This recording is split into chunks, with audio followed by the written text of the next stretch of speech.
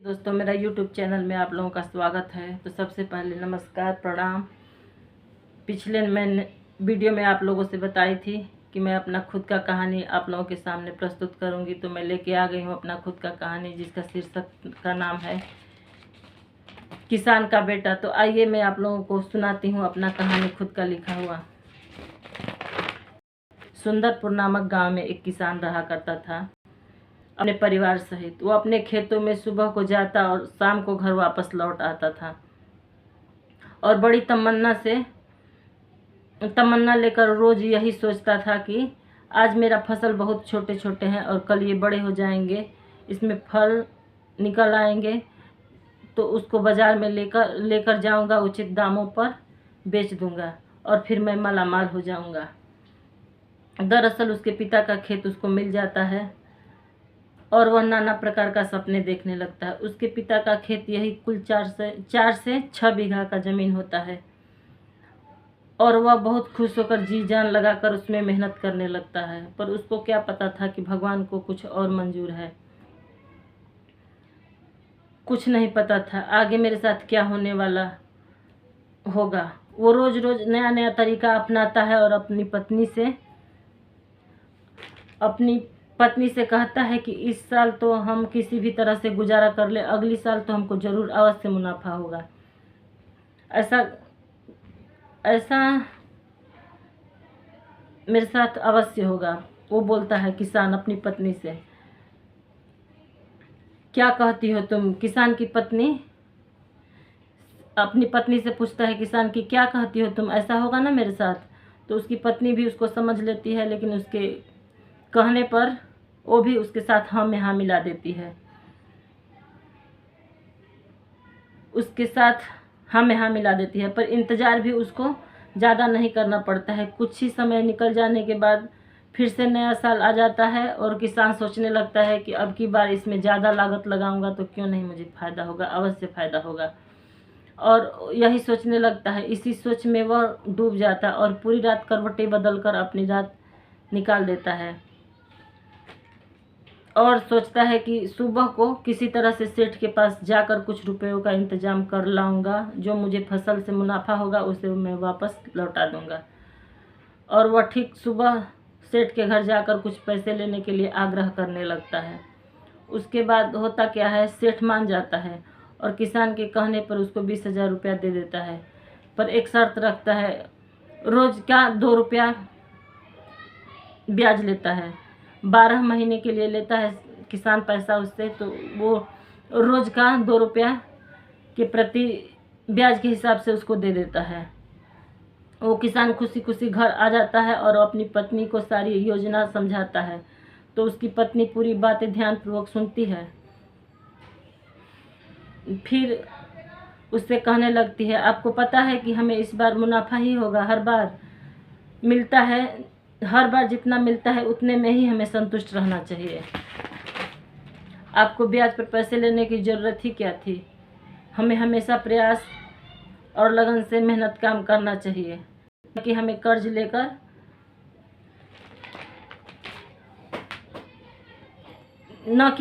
लेकर काम को आगे बढ़ाना चाहिए। भगवान को जो मंजूर होगा वही होगा। किसान की पत्नी समझदार थी, वो सब बातों को चंद मिनटों में ही समझ जाती है। किसान बार बार तसल्ली देने लगता है, प्रयास करने में लग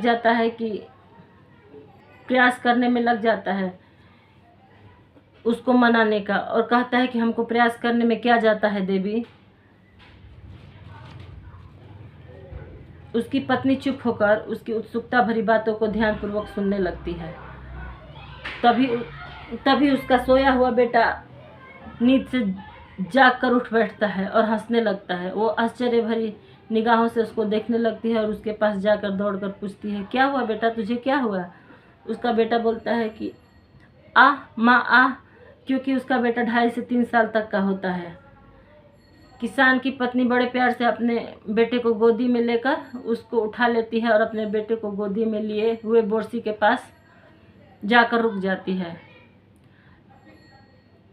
किसान बैठे बैठे सब कुछ देख रहा होता है और लंबे खामोश के बाद बोलने लगता है। देखा ना देवी, मेरा बेटा कुछ अच्छा सपना जरूर देखा है, तभी वो हंस रहा था। ये तो हमारे लिए अच्छा संकेत है ना, तो हमको आजमाने में क्या जाता है। किसान की बातों को थोड़ा अनसुना करते हुए अपने बेटे को बोरसी के पास से जाकर दूध निकालती है और उसको ठंडा करके अपने लड़के को पिलाने लग जाती है। और किसान उठकर अपने खेतों पर चला जाता है। अपने खेतों को सरसरी निगाहों से देखता है, मानो जैसे धरती से कह रहा हो, इस बार सोना जरूर उगलना और हम लोगों को माला माल कर देना। फिर आसमान की तरफ एक नज़र निगाह डालता है और आसमान को भी जैसे जगा रहा हो, ऐसा प्रतीत हो रहा था और उसको आगाह कर रहा हो, देख भाई, मौसम को अनुकूल बनाए रखना ताकि मैं अपना फसल सकुशल काट सकूं। फिर क्या था, बाजार में जाकर अच्छी गुणवत्ता वाले गेहूं के बीज को खरीद कर लाता है और अगले सुबह अपने दोनों बैलों को हल में बांधता है और फिर अपने खेतों में लेकर चला जाता है। मिट्टी को ढीला करने के बाद खरपतवार को निकालकर अपने खेतों में बीज डाल देता है। उसके बाद अपने घर आकर अपनी पत्नी से कहता है, ओ धर्म पत्नी, आज हम खेत की बुआई करके आए हैं, कुछ मीठा उठा नहीं बनाओगी क्या? किसान के ऐसा कहने पर उसकी पत्नी गुड़ का गुलगुला बनाकर उसको परोस देती है। अपने सामने बैठकर अपने बच्चे को भी एक आध कौर का टुकड़ा उसके मुंह में डाल देती है और तीनों बैठ के जमीन पर आराम से खाने लगते हैं। खाना खत्म होने पर तीनों अपने अपने बिस्तर में जाके सो जाते हैं। किसान की पत्नी और उसका बेटा दोनों को नींद आ जाती है, पर किसान को नींद नहीं आती है। उसकी आंखों से नींद गायब हो जाती है। मारे चिंता का वो उसकी नींद उड़ जाती है। पर किसान की आंखों से नींद गायब हो जाती है। उसकी तो बस अब खाद पानी की ही चिंता उसको सताने लगती है और चंद सेकंड के लिए उसके दिमाग में आता है कि कहीं बारिश से खेत बर्बाद तो न हो जाए मेरा।